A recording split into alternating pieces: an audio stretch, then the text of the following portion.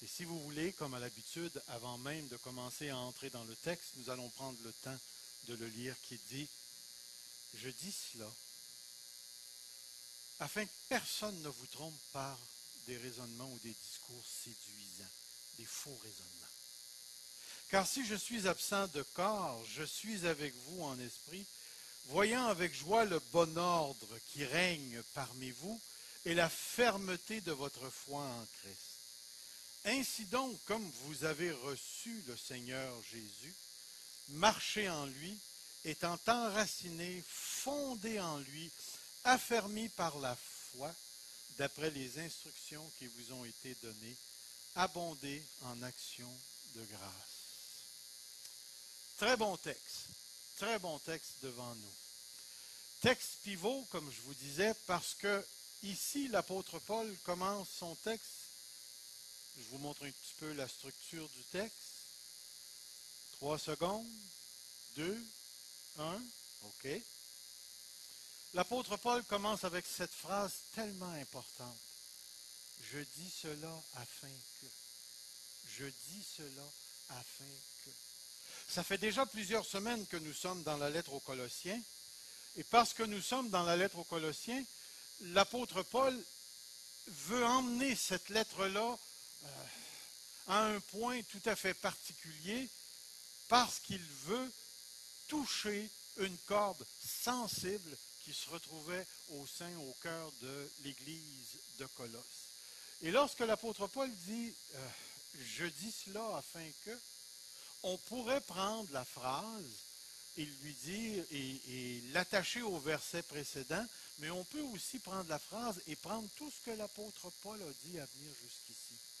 Et si je fais une récapitulation de ce qu'on a vu, vous allez voir que ça fait beaucoup de sens.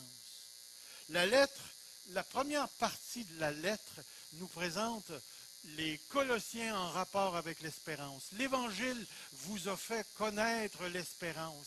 À cause de cette espérance, votre foi et votre amour est quelque chose de manifeste. Et l'apôtre Paul, tout de suite après, va entrer dans une prière pour les Colossiens.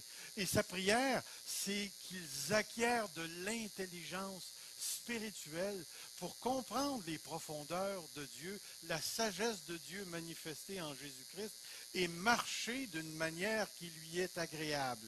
Et à cette fin, l'apôtre Paul les introduit à ce fameux texte où il dit « Dieu nous a transférés du royaume des ténèbres au royaume de son Fils Jésus-Christ. » Et ce transfert a eu lieu en raison de la personne de Jésus-Christ.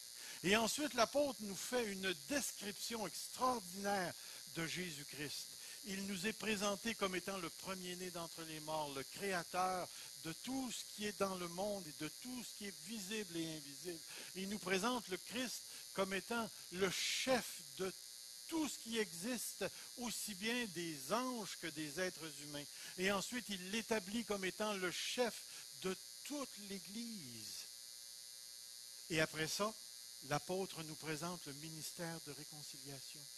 Dieu nous a réconciliés par ce personnage central que nous appelons Jésus-Christ notre Seigneur. Sans Jésus-Christ, il ne peut y avoir aucun rapport avec Dieu, aucun rapport salvateur, c'est-à-dire un rapport de salut avec Dieu. Parce que Jésus-Christ étant le personnage tout à fait principal, central, primordial de toute l'œuvre de Dieu, il n'y a de salut en aucun autre. Et en disant aucun autre, on élimine toute religion qui n'a pas Jésus-Christ comme centre.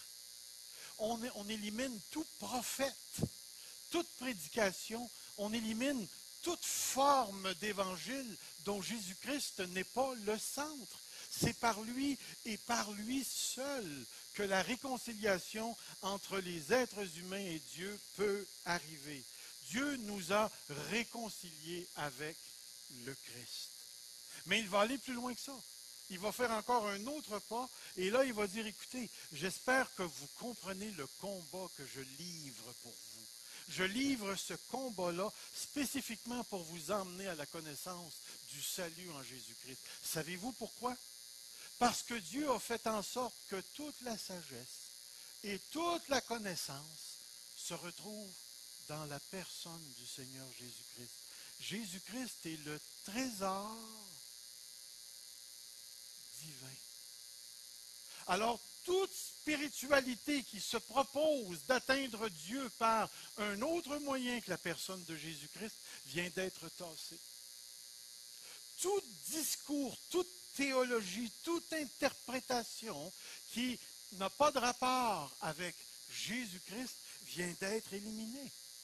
Voyez-vous, l'apôtre Paul donne ses instructions à l'église de Colosse, aux frères et aux sœurs, parce qu'il s'en va quelque part. Il a pris le temps de poser la position, c'est-à-dire de poser la pierre angulaire, Jésus-Christ, le découvrant, le représentant comme étant le centre de tout.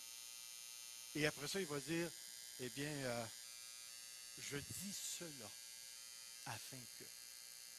J'ai tout fait cette description-là parce que j'ai un but spécifique à vous présenter. Et ce but spécifique se retrouve ici.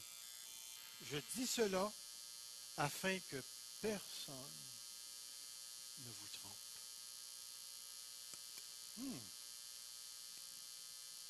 Paul a pris tout un chapitre pour nous décrire Dieu le Père par Jésus-Christ, afin d'emmener l'Église à réfléchir sur ce fondement inébranlable posé par Dieu à travers toute l'histoire, qui s'est révélé progressivement de la Genèse jusqu'à aujourd'hui et qui continue de se révéler jusqu'à ce que Christ revienne. Ce message central, voici, je l'ai posé. Et pourquoi je l'ai posé? C'est afin que vous ne soyez pas trompés par de faux raisonnements. De faux raisonnements. De faux raisonnements. J'ai trouvé intéressant. Pourquoi l'apôtre Paul parle-t-il de raisonnement? Est-ce que l'intelligence, c'est quelque chose de mauvais? Faites attention, là. Si vous me dites oui, l'intelligence, c'est mauvais, vous allez avoir un problème, parce que Dieu est vraiment intelligent. L'intelligence n'est pas mauvaise en soi. Regardez ici. Arrivez-vous à trouver le mouton spécial? Est-ce qu'il est dur à trouver? Mais il est blanc. C'est peut-être un loup converti, je ne sais pas. Ou c'est peut-être un loup qui a faim. Mais celui-là, pouvez-vous le reconnaître? Il est encore plus dangereux, hein? Il est vraiment mouton, celui-là. Mais il y a un problème de dentition. Est-ce que vous reconnaissez celui-là? Qui a passé dans le Journal de Montréal cette semaine? Savez-vous que j'ai pris des cours de théologie avec ce gars-là? Yeah? Yeah? Quand j'ai vu son visage, on me mentionnait son nom, puis je n'ai pas cliqué, mais quand j'ai vu sa face, j'ai dit, tiens, j'ai été assis avec lui dans les classes de théologie. Il a fait partie du même regroupement d'église dans lequel j'étais au début quand je me suis converti au Seigneur Jésus-Christ. Et cet homme, malheureusement, à cause de faux raisonnements, a abusé des enfants, a été pasteur, et ainsi de suite. Il est entré dans l'Église et éventuellement, ce qu'il y avait à l'intérieur de ses croyances l'ont emmené à poser des gestes condamnateurs, puis des gestes qui ont, comme on dirait, qui ont éclaboussé sur d'autres autour de lui. Écoutez, ça aurait pu être quelqu'un de l'OCF, ça aurait pu être quelqu'un des églises pentecôtistes, ça aurait pu être un charismatique. Là, c'est un baptiste pour l'instant. Mais ça peut être n'importe qui. Savez-vous pourquoi? Parce que l'apôtre Paul nous a prévenus qu'il y aurait des loups dans l'Église. Qu'il y aurait des loups dans l'Église et qui vont s'infiltrer. Même la lettre de Jude, lorsque vous lisez cette lettre, c'est marqué qu'il y en a qui se sont infiltrés dans l'Église et qui renient le Maître qui les a sauvés. L'apôtre Jean, dans ses lettres, nous parle de gens qui sont sortis du milieu de nous, mais qui n'étaient pas des nôtres. Vous avez dans 3e Jean un Diotrephe qui est pasteur de l'Église et qui ne reçoit pas l'apôtre Jean. Pouvez-vous vous imaginer si l'apôtre Jean était en bas, ici, qu'on lui refuse d'entrer dans l'assemblée parce que l'un d'entre nous a le pouvoir et qu'on ne veut pas le perdre? Ça serait terrible. Voyez-vous, il est toujours possible pour l'Église de Dieu de subir les effets de gens qui entrent dans l'Église, qui peuvent, d'une part, être sur le plancher ou monter à la tête de l'Église et faire énormément de dommages par 3 choses spécifiques. Oui, ils peuvent le faire le dommage doctrinalement, ils peuvent faire le dommage moralement, puis ils peuvent faire le dommage, l'autre c'était quoi? Prophétiquement. Prophétiquement. Ils peuvent faire du dommage dans la vie de l'Église. Alors, lorsque l'apôtre Paul décrit Jésus-Christ comme étant le centre et qui arrive à ce texte-là, il dit, écoutez, je viens de dire tout cela afin que vous compreniez que Satan s'est levé contre l'Église, il désire détruire l'Église et il va tout faire pour détruire l'Église.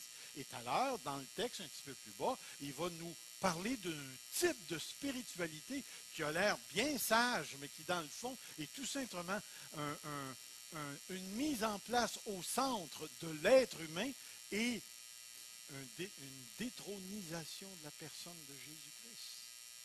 Mais ici, spécifiquement, l'apôtre Paul touche à quelque chose de particulier. Il parle des faux raisonnements. Des faux raisonnements. Afin que vous ne soyez pas trompés. Saviez-vous que le mot tromper veut dire emmener ou faire naître chez un autre des croyances erronées, fautives, fausses, inexactes, mauvaises à propos de quelque chose. À partir d'un matin, là, 2 plus 2 font 5.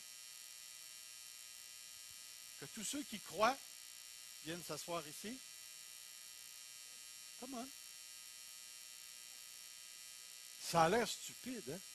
Mais savez-vous qu'on pourrait convaincre des gens par des types de raisonnement que 2 plus 2 font 5? C'est possible de le faire. Pourquoi? Parce que l'homme est trompable. Trompable. C'est possible de tromper. Mais ce que j'ai trouvé intéressant ici, c'est que le mot tromper va un petit peu plus loin que ça. Le mot tromper fait réellement appel à la construction de croyances particulières dans la pensée des gens. Croyez-vous que les croyances sont neutres? Savez-vous que c'est puissant, une croyance? C'est très, très, très puissant. Puis, ça n'a pas besoin d'être une croyance religieuse. Vous savez que, comme pasteur, on rencontre toutes sortes de situations dans le pastorat. Et j'ai eu affaire à une certaine situation. En tout cas, moi, j'étais jeune pasteur quand ça m'est arrivé, puis ça m'a shaké pas mal. Il y avait un couple que je connaissais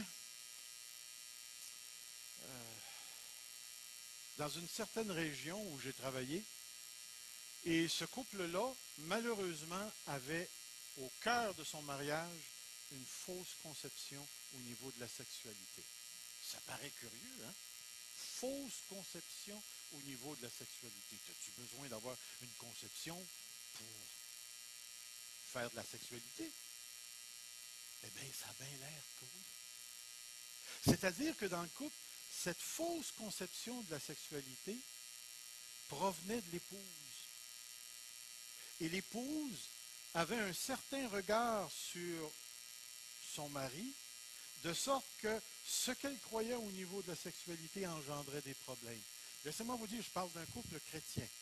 Et à ce moment-là, ce frère-là, à ce moment-là, qui était fidèle au Seigneur, réellement fidèle au Seigneur, était tellement bouleversé dans sa vie de couple qu'il a décidé de se suicider.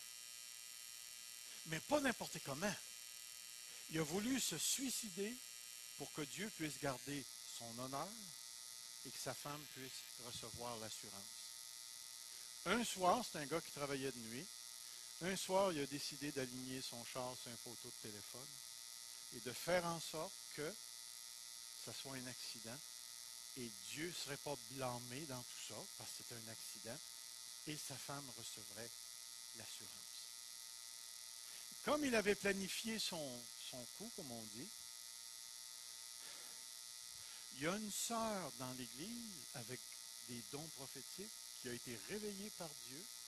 Et Dieu lui a dit à cette sœur-là, tu vas appeler à la shop, tu vas parler à tel chrétien et tu vas lui dire, Dieu te défend de faire ce que tu as à la pensée.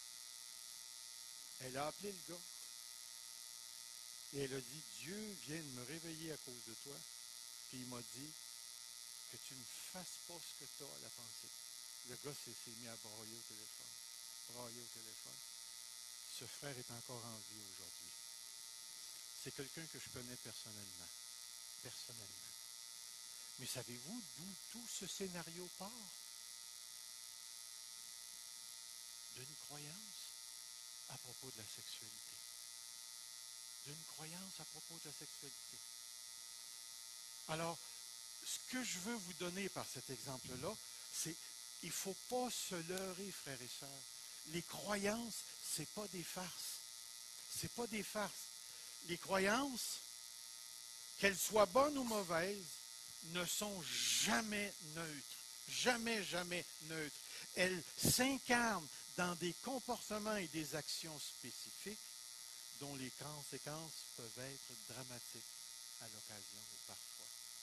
C'est tellement important pour nous de saisir cette vérité-là. Si ça marche d'un point de vue psycho-émotionnel, ça marche aussi d'un point de vue religieux. Religieux. Pourquoi pensez-vous qu'à l'Église Fusion, présentement, ça va bien? Allez fouiller dans les croyances de l'Église. Et vous allez voir qu'au fond de l'Église Fusion, il y a des croyances fondamentales sur lesquelles on ne peut pas négocier. Et parce qu'on est gardien de la vérité, l'Église est la gardienne de la vérité, il faut que ces croyances-là s'expriment dans des comportements tout à fait particuliers, puis on va le voir ce que l'apôtre Paul va nous dire par la suite. Mais aussitôt qu'on commence à jouer ou à insérer du mensonge à l'intérieur de ces croyances-là, l'Église commence à s'écrouler, le bon ordre commence à disparaître, la chicane, la calomnie commence à s'installer, et là, à un moment donné, l'Église devient un déshonneur pour Dieu. C'est tellement, tellement évident qu'on aurait pu développer ça tant qu'on veut. Mais l'apôtre Paul le savait. Et c'est pourquoi, en dépeignant Jésus-Christ, il leur donne le fondement nécessaire pour dire, écoutez, il y a des gens qui vont venir dans votre vie, dans votre Église, dans votre environnement, et qui vont tenter d'attaquer ce que je viens de vous décrire et de vous tromper par des faux raisonnements. Jésus nous a avertis de la séduction, parce que le mot tromper, séduction, c'est le même mot. Regardez ici certains textes que nous avons dans l'Évangile. Si vous remarquez, ils sont tous dans le chapitre 24. Puis le mot revient souvent. Jésus leur dit, prenez garde aux personnes, que personne ne vous séduise, personne ne vous trompe. Car plusieurs viendront en mon nom disant, c'est moi qui suis le Christ. Ils tromperont, séduiront beaucoup de gens. Dans 24, 11, plusieurs faux prophètes s'élèveront et ils séduiront beaucoup de gens. Puis remarquez le mot utilisé, prophète. Prophète. L'erreur qu'on ferait, c'est de dire, OK, parce que les prophètes peuvent tromper, toute la prophétie est fausse. Ben voilà, tu as mordu dans un autre pomme. Parce que c'est un raisonnement qui est faux. Tu es allé à l'autre extrême. 24. Car il s'élèvera de faux Christ et de faux prophètes. Ils feront de grands prodiges, des miracles au point de tromper, de séduire, s'il était possible, même les élus. Ça ne s'arrête pas là. Tromperie par de faux raisonnements. Marc 12, 27. Vous rappelez-vous de ce texte où à un moment donné, les pharisiens s'étaient approchés de Jésus, ou les Sadduciens qui ne croyaient pas à la résurrection d'entre les morts. Puis ils disaient, oh, il y a une femme qui a eu un mari qui est mort, puis là on a appliqué la loi du Léviria, et là voilà son frère le marié, son frère est mort, son autre frère le prit, tralala, une autre fois, et les 7 l'ont eu. De qui sera-t-elle la femme à la fin des temps? À la résurrection. Puis eux autres, ils croyaient réellement, dans leur raisonnement, qu'ils avaient bouché Jésus, là. Puis regardez ce que Jésus leur dit. Dieu n'est pas Dieu des morts, mais des vivants.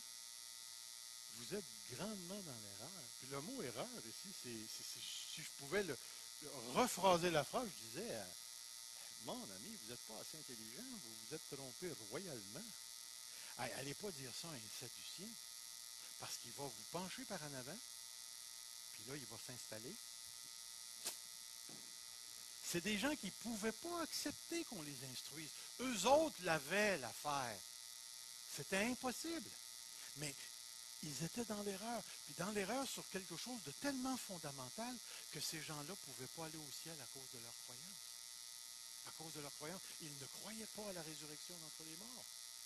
Ici. Vous avez l'autre texte dans Romains qui dit, de même les hommes abandonneront l'usage naturel de la femme et se sont enflammés dans leurs désirs les uns pour les autres, commettant homme avec homme des choses infâmes, recevant en eux-mêmes le salaire de leur tromperie. Même mot grec, tromperie, égarement, de leur séduction. Mais une autre chose qui est très intéressante et qu'on retrouve dans la Bible, c'est celui-là ici. Les croyants peuvent être victimes de leur propre séduction. Wow! Vous êtes-vous déjà séduit? Ouf! Est-ce qu'un chrétien peut se tromper lui-même?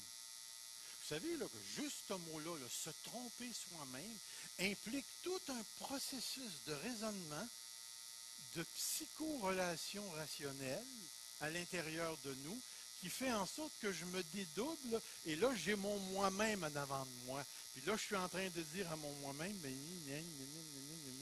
là, son moi-même finit par s'unir avec moi, puis là, je me suis trompé moi-même. Regardez bien les textes. Ne savez-vous pas que les injustes n'hériteront pas le royaume de Dieu? Ne vous y trompez pas. Ne vous y trompez pas. Une autre chose, ne vous y trompez pas. Les mauvaises compagnies corrompent les bonnes mœurs. On peut s'auto-séduire et entretenir des relations qui détruisent la relation avec Dieu. Ne vous y trompez pas. On ne se moque pas de Dieu. Moi, je trouve ça très intéressant. Tu manges la pomme et tu demandes pardon après. Après tout, Dieu pardonne tout. Alors, je jouis de mon péché et ensuite je demanderai pardon. Laissez-moi vous dire, on ne peut pas jouer au golf avec Dieu sans que lui fasse chaque trou à chaque coup. On ne se moque pas de lui. On ne trompe pas Dieu. Mais il y a 2 autres textes qui sont très intéressants. Si nous disons que nous n'avons pas péché, nous nous séduisons nous-mêmes. Nous nous séduisons nous-mêmes. Un autre texte, mettez en pratique la parole et ne vous bornez pas à l'écouter en vous trompant vous-même par de faux raisonnements. Je vais juste vous donner un petit exemple bien banal. Un frère ou une sœur qui vient nous voir et qui dit il a péché contre moi, mais alors la parole de Dieu dit va et reprends-le. Ah, mais c'est pas ma job, moi je suis pas payé pour ça, là. C'est au pasteur à reprendre. C'est pas ça que le texte dit. Le texte dit, si ton frère a péché, va et reprends-le.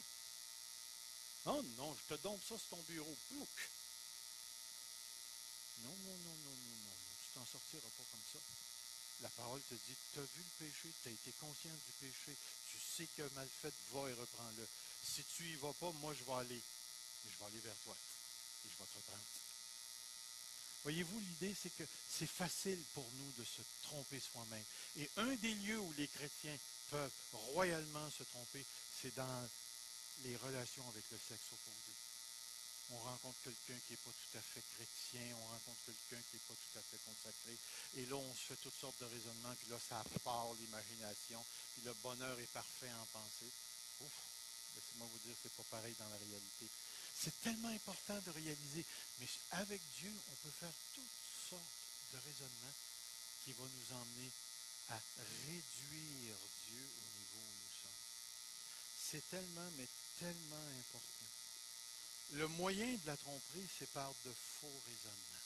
Et j'ai marqué ici raisonnement persuasif, des discours séduisants, spécieux, subtils, mensonges, des mensonges plausibles, tromperie raisonnable, argument surnois, c'est-à-dire un type d'argument qui contient un danger à l'intérieur du raisonnement. C'est tellement, mais tellement important de réaliser. L'apôtre Paul prend le temps de nous dire, veillez afin de ne pas être trompé. De ne pas être trompé. Connaissez-vous ce mot-là? Gricher. Ça griche. Il y a des fois, je vais entendre parler quelqu'un, là. Ah, ça griche en dedans. Ce qu'il dit, ça a l'air. Ça a l'air vrai. Mais je ne sais pas pourquoi, en dedans, ça fait. Ça griche. Moi, naturellement, là, quand ça griche, là, je le sais qu'il y a quelque chose, soit que je n'ai pas compris de son raisonnement, ou il y a quelque chose dans le raisonnement de la personne, ou dans l'affirmation de la personne, ou dans le discours de la personne qui ne fit pas avec l'Évangile. Mais je ne sais pas quoi. Alors moi, ce que je fais, c'est que quand ça griche, je m'éloigne un peu, j'essaie de prendre une position à l'extérieur de ce qui a été fait, un peu plus objective, et là, je me mets à réfléchir, je me mets à réfléchir, je me mets à réfléchir. Généralement, j'arrive à trouver.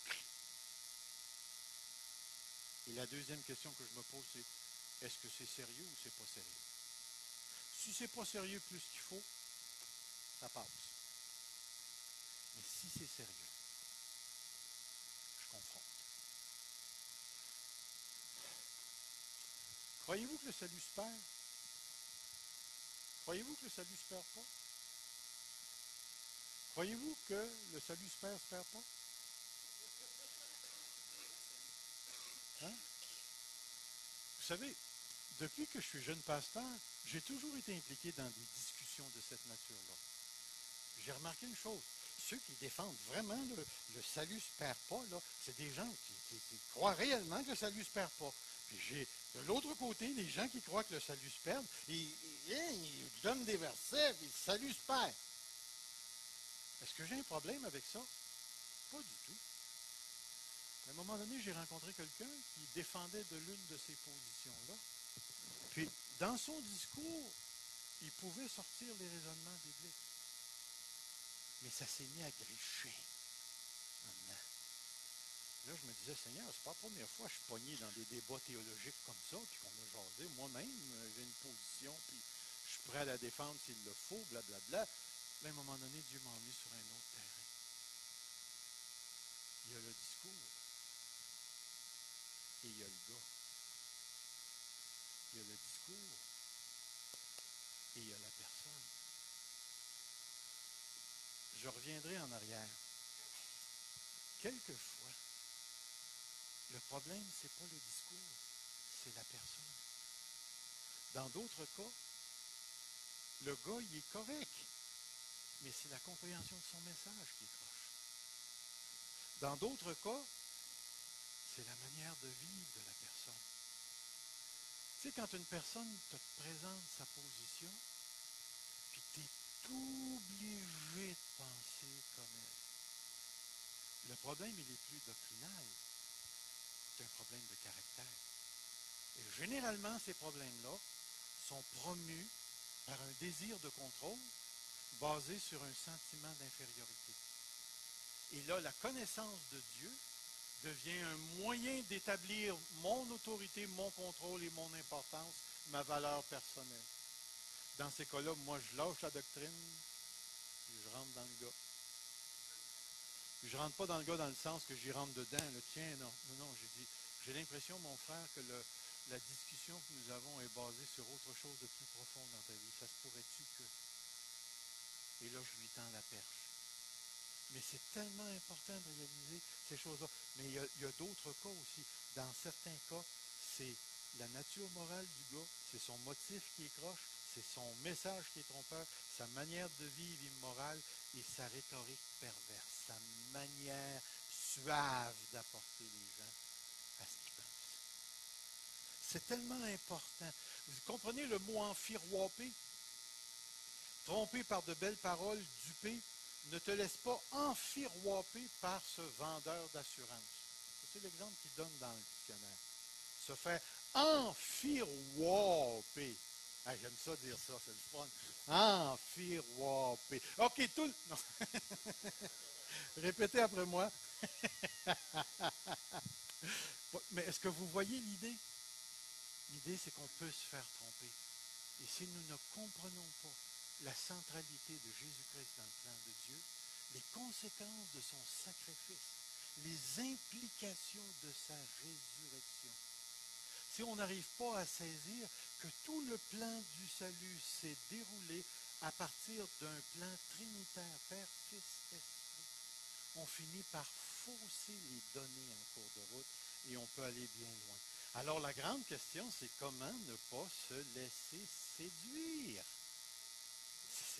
C'est tellement, tellement important. La parole de Dieu nous donne deux mots importants, le mot ordre et fermeté. L'apôtre Paul va dire à un moment donné dans le texte, et permettez-moi de vous le lire ici, il va dire, car si je suis absent de corps et je suis présent en esprit, voyant avec joie le bon ordre qui règne parmi vous et la fermeté de votre foi en Christ. L'ordre et la fermeté. Les deux termes ordre et fermeté ont été employés dans un contexte militaire. Si la signification de ces termes vient de la sphère du militaire, alors le premier mot ordre référerait aux positions stratégiques, là il manque un S, occupées par les soldats. Le deuxième mot à la fortification de ces positions. OK, qu'est-ce qu'il veut dire par ça? C'est essayer de vous imaginer que vous êtes en guerre, puis là vous avez une personne qui est là, une personne qui est là, une personne qui est là, vous avez un autre groupe qui est là, un autre groupe qui est là, et les gens ont pris des positions stratégiques. L'ordre représente les positions stratégiques. Donc, dans l'Église, il y aurait des positions stratégiques qui maintiennent l'Église dans l'ordre, qui maintiennent l'Église dans la vérité. L'autre mot, c'est fermeté, c'est le power, la force de ces positions-là ici, la fermeté de votre foi ici. Mais c'est pas vraiment, c'est parce que ces deux mots-là sont utilisés à toutes sortes de choses. Premièrement, l'ordre ici, elle est comportementale, c'est-à-dire le bon ordre qui règne parmi vous. L'ordre réfère au comportement harmonieux des membres de l'Église qui correspondent à l'Évangile et à l'espérance qu'il promet. Voyez-vous, quand l'apôtre Paul commence la lettre, il dit « J'ai entendu parler de votre foi ». Là, il parle de la fermeté de la foi. « Et j'ai entendu parler de votre amour pour tous les frères ». Là, ici, il parle de bon ordre. Il parle des comportements harmonieux qui existent entre les chrétiens d'une même assemblée. Ça va peut-être vous paraître curieux d'entendre ce concept-là, mais vous avez juste à lire la lettre de Jacques, le frère du Seigneur, et vous allez voir que lorsqu'il parle de la sagesse, il va dire, si quelqu'un d'entre vous est sage, lequel d'entre vous est sage? Qu'il le démontre par sa bonne conduite. Je reviens encore. La sagesse, dans le contexte de Jacques, c'est une compréhension particulière de Dieu adaptée à nos circonstances. Cette sagesse-là se manifeste dans des comportements harmonieux. Et après ça, Jacques va parler de deux types de sagesse. La sagesse qui vient d'en haut, elle est pacifique, elle est bonne, elle est pleine de reconnaissance, elle est réconciliante, elle est conciliante, blablabla, blablabla. Puis il dit, cette sagesse-là, ben, elle est alimentée, semée par les artisans de la paix. C'est intéressant. Après ça, il va parler de la sagesse diabolique. Et là, il va mentionner des mots comme rivalité, chicane, corruption, mensonge, et ainsi de suite. Puis cette sagesse-là ne vient pas de Dieu, ne vient pas d'en haut. Elle est diabolique, charnelle. Alors, on se rend compte que l'ordre qui existe entre les enfants de Dieu est le reflet de la nature de leur croyance en rapport avec Jésus-Christ. Et c'est pourquoi l'apôtre met l'emphase sur le bon ordre. Si vous voulez savoir si une église va bien, allez parler avec les membres des églises. Moi, quand je suis devenu pasteur d'une certaine église, il y a un frère qui m'a invité chez lui à souper. Je ne connaissais pas quelle était son intention, mais la première chose qu'il m'a dit, il a commencé à décrire les membres du CA. Il a dit, lui, c'est un niaiseux. Lui, lui, fais-y pas confiance. Lui. Bon, tu es assis là, tu es en train de manger du macaroni. Non, ça, c'était pas au menu, mais ça aurait dû. Mais l'idée ici, c'est que ce gars-là, qui a été sur le CA pendant 15 ans, me décrit le CA dans des termes de cette manière-là. Et pendant 15 ans, l'Église a tourné croche. 15 ans, l'Église a tourné croche. Pourquoi? Mauvaise relation. Mauvaise relation basée sur quoi? Sur des croyances à propos des frères et des sœurs dans l'Église. Au lieu de vivre à partir des valeurs de l'Évangile, on a laissé entrer une compréhension des soi-disant compétences. On a commencé à juger tous les gens par rapport à ça. Il arrive que lorsque tout va bien dans une église locale, sans que personne ne s'y attende, d'une manière soudaine, la critique se lève et engage toute l'Église dans une sorte de tourbillon de calomnie qui mine le leadership, les ministères et suscite la méfiance dans l'Église. J'ai connu ça. L'Église est alors paralysée et on peut généralement retracer la discorde à une ou deux personnes frustrées. Une ou deux personnes frustrées. J'aimerais vous dire ceci en passant, qui est basé sur mon expérience. Pour tous ceux d'entre nous qui ont connu Toronto, la Toronto Blessing, lorsque cette pensée-là a traversé au Québec, il y a eu des églises qui ont complètement été détruites par rapport à cela. Les frères qui avaient vécu une expérience profonde et réelle avec Dieu d'une manière surnaturelle sont tombés dans le piège de l'orgueil dans certaines églises. Et j'ai vu une église s'entre-déchirer parce que les frères et les sœurs qui avaient vécu l'expérience, au lieu de venir la présenter comme quelque chose que Dieu offrait, l'a présentée comme vous autres les chrétiens, là, vous êtes froids, vous êtes aux côtés de la traque, vous ne savez pas ce que c'est, puis là ça a parti. Et l'Église s'est divisée. Ils ont tombé dans l'orgueil. Une autre fois, j'ai rencontré deux sœurs d'une église où eux autres avaient été vivre un réveil à Toronto, pas à Toronto Blessing, mais à Toronto avec les frères Souterra dans le temps. C'était bien avant Toronto. Ils sont arrivés à l'église, puis eux autres, ils l'avaient l'affaire. Vous ne pouvez pas savoir la chicane qu'elles ont engendrée dans l'église. Voyez-vous, vous rappelez-vous de l'apôtre Paul? L'apôtre Paul est allé au 3e ciel. Vous rappelez-vous de ça? Aimeriez-vous ça y aller? Eh boy! 3e ciel, prochain autobus, j'embarque. Avez-vous remarqué une chose? Avez-vous remarqué une chose? Quand Paul est revenu sur la terre, vous rappelez-vous ce que Dieu a fait à Paul? Il lui a mis une épine dans la chair, un ange de Satan pour lui souffloter dans l'oreille. Pourquoi? Pour pas qu'il s'enorgueillisse. Rappelez-vous de ce que je vais dire maintenant. Tous ceux qui dépassent la terre et qui vivent le ciel sous une forme ou sous une autre sont en danger quand ils reviennent. Sont en danger de tomber dans l'orgueil. Savez-vous pourquoi? Parce que lorsque tu goûtes à ça, ça ici, ça pue. C'est pas bon. Ça goûte pas bon. Alors, qu'est-ce que la personne veut faire?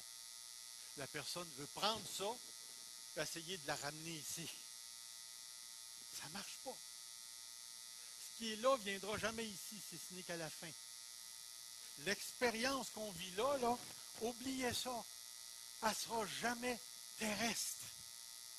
Et une autre chose que je peux dire, parce que j'en ai vécu des expériences extatiques, on ne pourra jamais, jamais la reproduire pour que les autres en jouissent. Je peux partager mon témoignage, mais je ne suis pas capable de vous faire vivre l'expérience. Soyons prudents, soyons prudents.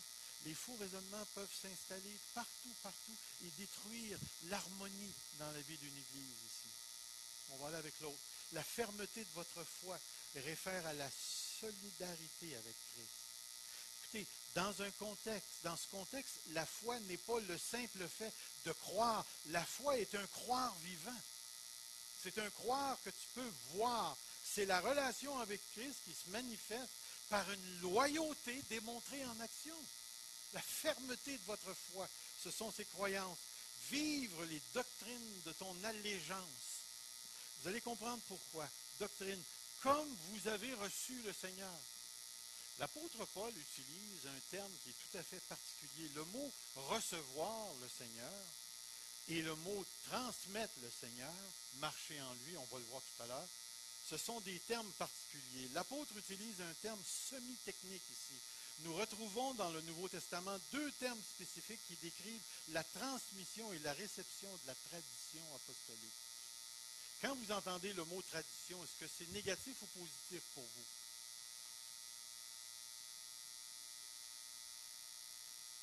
Avez-vous des traditions dans votre vie?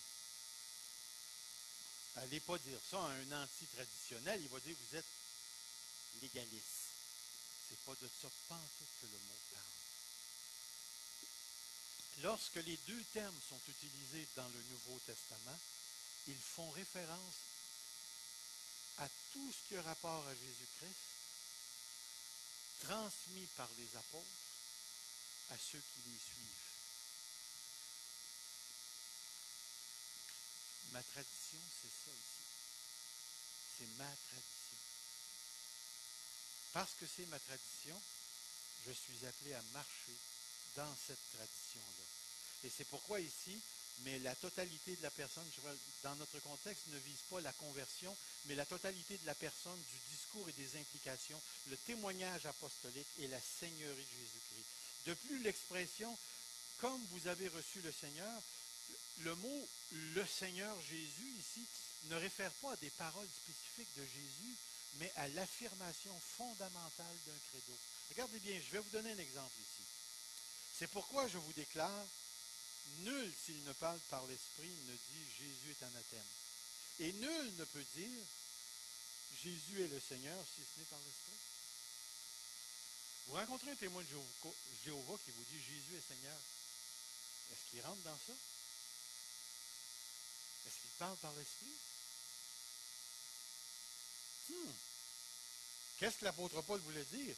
Vous rencontrez un mormon qui vous dit « Jésus est Seigneur ». Est-ce qu'il parle par l'Esprit? Wow! C'est pour ça que ce qu'on retrouve ici dans le contexte, c'est le concept du credo. Regardez ici, j'ai mis trois choses. Si jamais vous rencontrez quelqu'un qui vous dit « Béni soit Allah et Mahomet son prophète », dans quelle tradition se trouve-t-il? Si un autre vous dit « Ah, je marche vers le grand Brahman selon le principe du Maya ». Dans une petite phrase, il vient de vous exposer tout son credo, toute sa doctrine. Et si je vous dis, je crois en Jéhovah, la tour de garde et sa voix, voyez-vous, puis si moi je vous dis,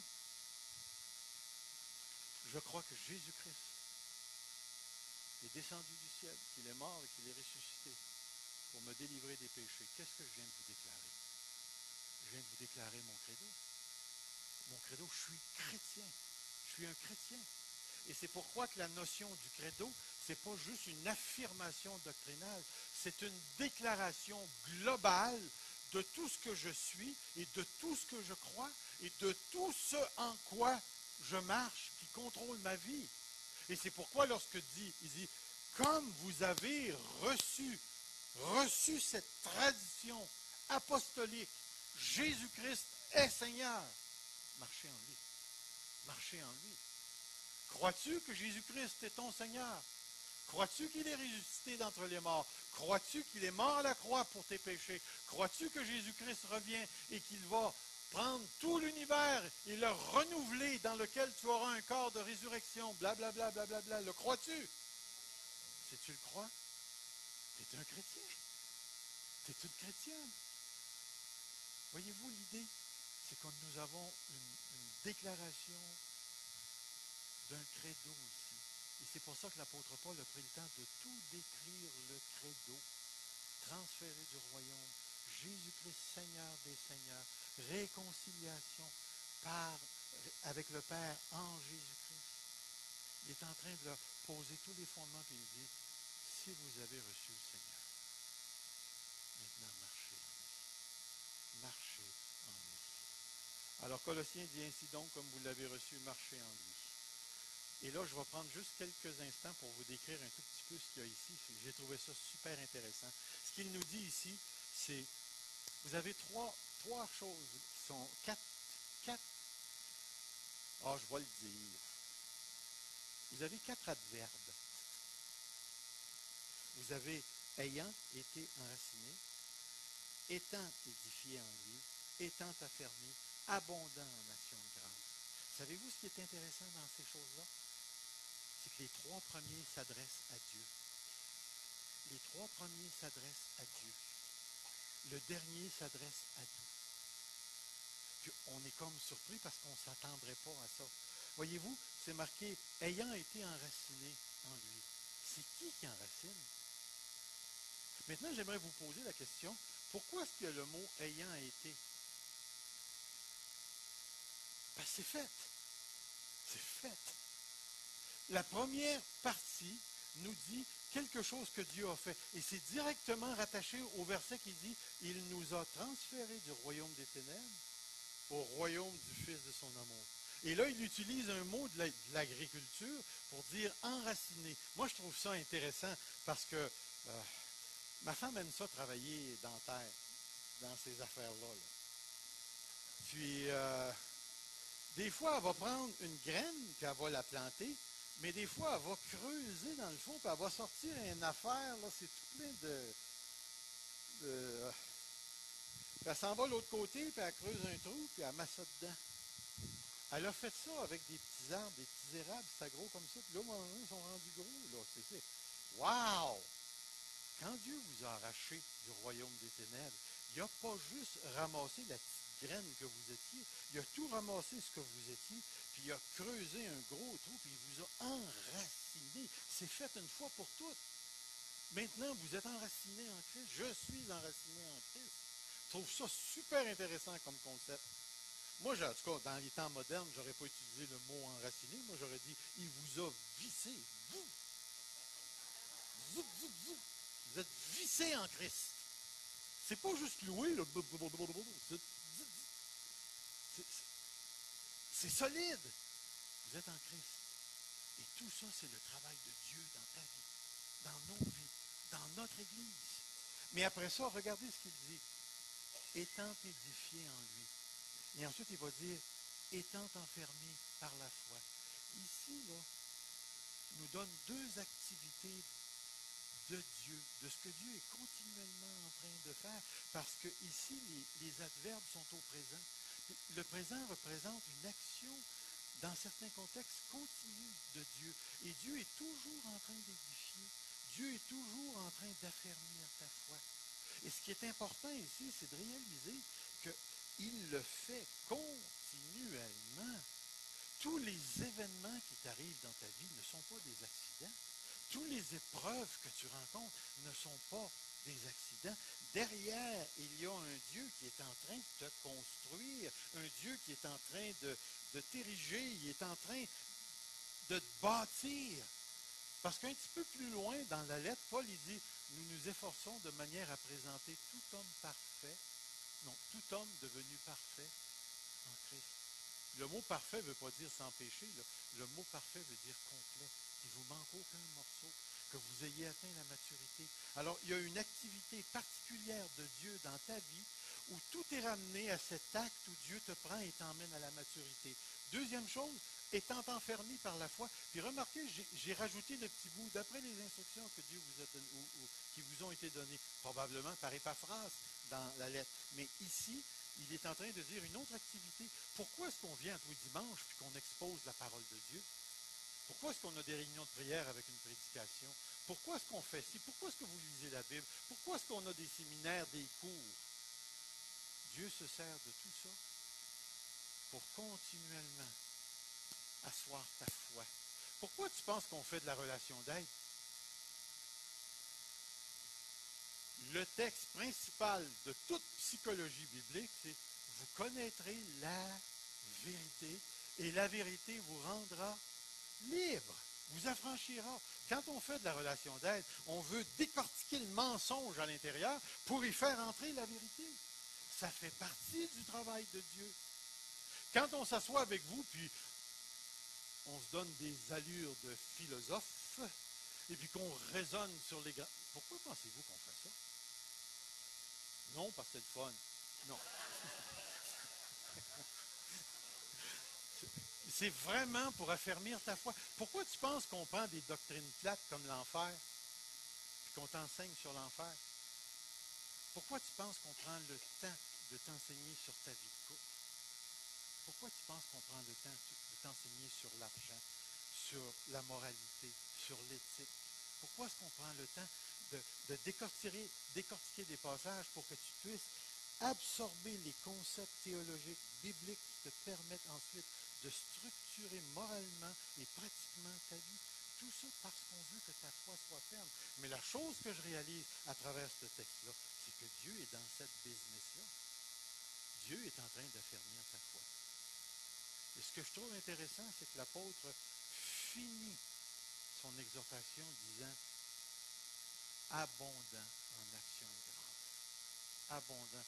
Le fruit de ces activités de Dieu, de l'enracinement et de l'affermissement de la foi, a pour but d'emmener les chrétiens à continuellement louer Dieu dans toutes leurs circonstances. 3 actions de Dieu, je vous les présente, blablabla. Ensuite, chacun, je viens de vous en parler. Dieu n'a pas simplement introduit le croyant en Christ, il l'a fermement attaché. Ensuite, on a les autres. Et j'arrive ici, ayant été enraciné. Il ne s'agit pas de simple attitude de gratitude. Il est ici question de déclaration publique à haute voix et privée de la bonté de notre Dieu à notre égard, comme personne et comme communauté. Lorsque le mensonge s'installe dans une église, l'harmonie, l'instruction selon la vérité, la reconnaissance de la bonté de Dieu disparaît. Mais là où se trouve l'ordre, l'enracinement en Christ, l'affermissement de la foi, la croissance dans la vérité, la louange, les actions de grâce pleuvent. Et c'est pourquoi je termine en disant qu'il pleuve dans l'Église Fusion. Frères et sœurs, l'apôtre Paul est en train de nous dire qu'il y a des séducteurs. Il y a des personnes animées par des démons qui vont tenter de venir briser l'harmonie qui existe entre nous. Et ce qu'ils vont faire, c'est qu'ils vont introduire des pensées par la critique. Ils vont attaquer le leadership. Ils vont attaquer les ministères. Les gens vont s'arrêter sur une pinotte pour détruire toute l'industrie à pinotte. Ils vont vouloir introduire le mensonge. Et le mensonge va s'installer dans la vie des gens. Et à un certain moment donné, les chrétiens vont commencer à fausser la vérité. Et ça va se manifester dans les comportements. Et c'est pourquoi j'appelle l'Église Fusion, les chrétiens d'Église Fusion, à rester fermement attachés à la saine doctrine selon la tradition qui nous a été transmise, la tradition apostolique, la parole de Dieu. Que Dieu fasse de nous, de cette Église, de véritables gardiens de la vérité et des transmetteurs de cette vérité-là. que Dieu nous garde de telle manière qu'il suscite d'entre nous, qu'il suscite des gens d'entre nous avec des dons de discernement, afin qu'on puisse voir venir les loups. Moi, ça ne me dérange pas qu'il y ait des loups, en autant qu'on sait que c'est des loups. Parce qu'une fois qu'on sait, c'est facile de les traiter. Alors que Dieu, ce matin, nous enseigne que Jésus-Christ est le centre de tout et que l'ennemi travaille à la destruction de tout ce qui s'appelle Dieu ou de tout ce qui découle de Dieu. Je terminerai en disant ceci, que Dieu protège l'Église fusion. Amen. Que le Seigneur Dieu vous bénisse. Amen.